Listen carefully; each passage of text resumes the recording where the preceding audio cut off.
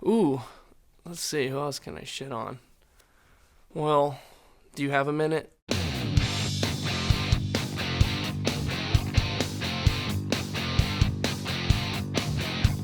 Sublime, Santeria. I hate that song. I literally hate that song. I don't know if it's just like the stereotypical fan who likes Sublime. It's like, yo, let's blaze, man, and like let's listen to Sublime. Maybe that's what ruined it, but yeah, I think that's that song. I just can't even listen to Sublime. Also, dude, I'm just gonna start calling people out. Not that they're not talented and they're way more successful than I will ever be. Red Hot Chili Peppers. Flea's sick bass player. The band's good, but I'm just not a fan of. See, the thing is, they're awesome musicians and they're great at what they do. It's just not my taste, music. Flea, I mean, he's a great bass player. He's the slap daddy bass 69 guy. He's great, but just not my taste. So I could definitely tour. I would definitely tour with them. Hey. My ruined music, unfortunately, is a band that I really liked. When they started blowing up, I was super stoked.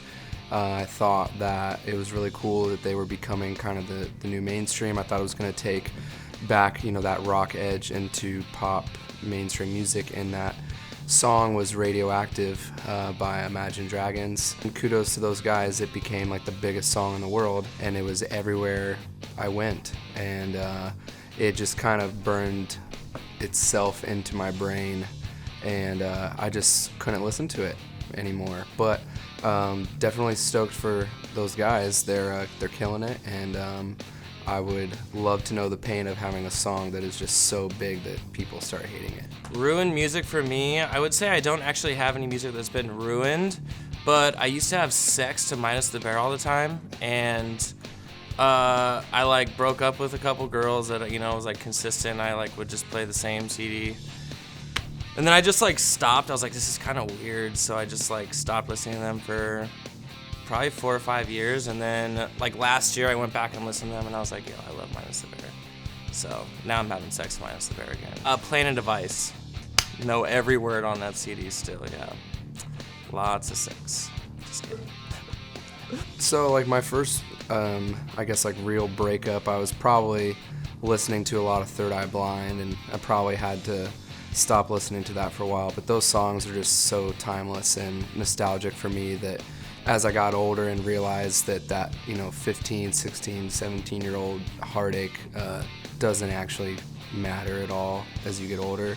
And you can look back and laugh at how naive, at least I can. I look back at myself and I laugh at how kind of ridiculously sad I was over ultimately nothing. But yeah, Third Eye Blind was probably a band, I probably listened to I don't know, Motorcycle Drive By a billion times my first breakup. With that girl, I mean, she's married now, we're friends still. We've been friends since we were 14 years old or something like that. So, but yeah, definitely I associate it with her. Her name's Melody. Her maiden name's Johnson. If you're seeing this, Melody, at least you introduced them to me. You had great music taste, so thank you for that. I get a little emotional at times. I have some feelings in here. That's not hatred. I don't know. Honestly, I like Telle stated, Third Eye Blind is definitely one of those albums that when I was feeling down, or Ryan Adams. I don't know if you listen to Love Is Hell album, but that is my go-to of I'm depressed and sad. I need to just curl up in a ball, get my Sublime poster, and just sock it a few times and let all my anger. I feel like I might get a lot of flack for this actually, but I feel like the internet destroyed this song, and it's always been a great song, but it's Africa by Toto. I feel like I found out about that song at a super young age, and I just always liked it. The vibe, the crazy synth solos and stuff at the end are really cool, but as soon as it became a meme, it just killed it for me. We definitely each have, I think, different songs that we look back on, and it's not even that I'm like necessarily like ashamed or inherently don't like them. I just maybe wish we hadn't have written them. But you know, sometimes you just like at the time you're like, oh yeah, it's great, and then some things just don't age as well as you'd like them to.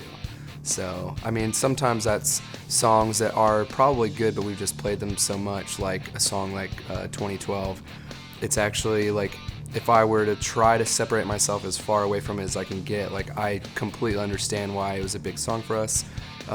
You know, gets the crowd moving, and at the time, it was just great.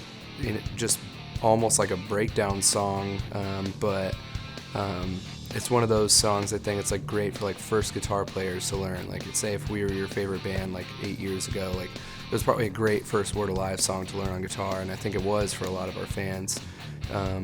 But looking back on it now, mostly lyrically is what does it for me. Some of my old lyrics, I'm like, I wish I wouldn't have, done that. But that's life. So, it is what it is. It's someone's favorite song, so I won't try to shit on it too much.